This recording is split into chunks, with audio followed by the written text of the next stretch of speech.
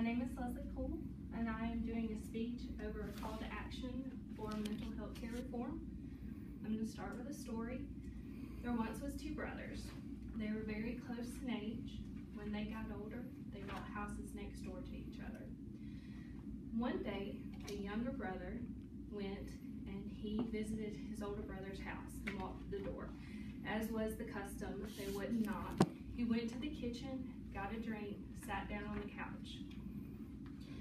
After about 10 minutes of watching TV, he decided to go look for his older brother. As he made his way to the back of the house, he heard it, a loud, gut-wrenching gunshot. Now, when he later talked about this event and his brother's suicide, the one thing he said that hurt him the most, that was the most gut-wrenching, that haunted him at night, was the last sentence of his brother's suicide letter, which read, "Please do not think me selfish, for I have been selfless all my life, and it has left me with nothing." When I look at this sentence and what this brother wrote, the last thing he gave to the world, that he gave to his family, the ones that he loved, I can't help but think how well this applies to the mental health crisis in America today. We have grown content to sit on the couch, avoiding what happens in our back rooms, and waiting until that gunshot rings to say we have a problem. We demand our mentally ill, our substance dependent, or physically abused to sit into the back room until we have no other choice to face them. We demand that they be selfless and put on their pretend face and tough it out until their walls come crumbling down around them. And I say this is unacceptable. In the U.S. today, we spend billions each year on medical health. Billions of that goes to mental health in America. In the U.S., it's estimated 1 out of every 5 adults suffer from a mental illness, and out of that, 1 every 25 will suffer a significant mental illness that will delay their daily activity. In 2008, amongst the controversies of mass shootings in the U.S. and other horrific events, the U.S. government put together the Health Parity and Addiction Act, which was later absorbed by the Affordable Care Act, which then increased coverage through insurance companies to demand mental health treatment for those that need it. This was a signal that the U.S. government put out saying that they understood we had a problem and that they were trying to fix it. But now that we have this, we have to ask the question, why are still so many mental health illnesses going untreated today? There are several issues. The first one is that even though Americans have health insurance that cover mental health treatment, the coverage is very limited. So what that means is that this forces the patients to pay out of pocket for their outpatient treatment. Those can run anywhere from $100 to $500 per treatment and upwards to $5,000. To the average American working full-time, this is a significant amount of money, especially for those who don't qualify for government treatment.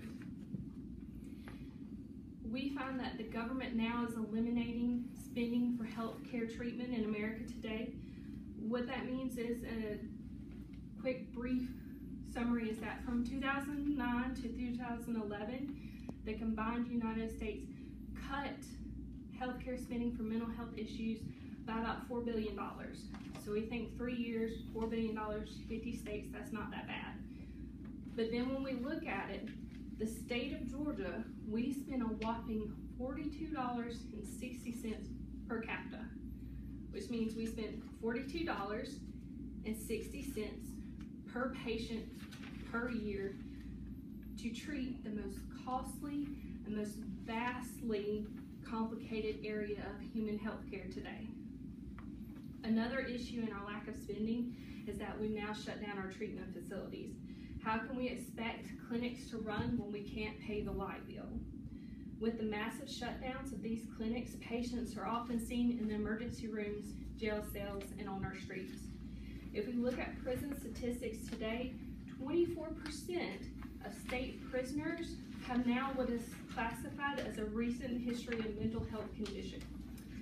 And then if we look at juvenile detainees, that are in our Justice Department is a whopping 70% of those have at least one mental illness. 70% of today's youth in detention centers have a mental illness. If our suggestion is to throw them in a jail cell, it is no wonder that today suicide is the third leading cause of death in youth.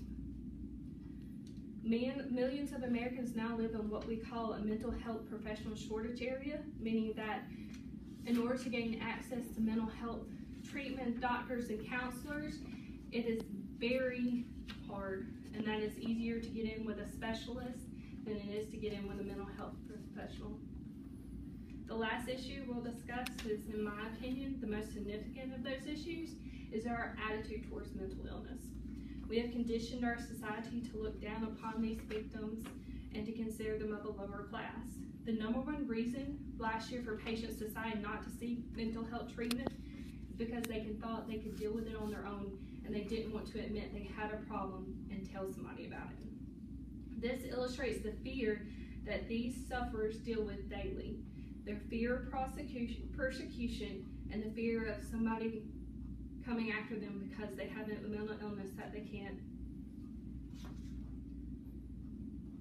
The neglect that we have of this country means that over 40,000 Americans will commit suicide in this year. If you break down that number, that means 1 every 13 seconds will commit suicide today. So let's take a stand and let's talk about those ugly words like depression and schizophrenia. We as a nation, I don't feel like we should be scared of that. We should openly talk about it. We should ask why we have a lack of treatment options and demand help for those that need it. We should not let our mentally ill fall through the cracks because we are too scared to discuss it. We have the opportunity to make a difference, and let's not let a child continue suffering by bullying because they have depression. Let's demand our clinics stay open to treat those with bipolar disorder and schizophrenia, and let us not lose another loved one to depression and suicide because they had nothing left to lose because we were selfish and demanded they keep on their mask. Thank you.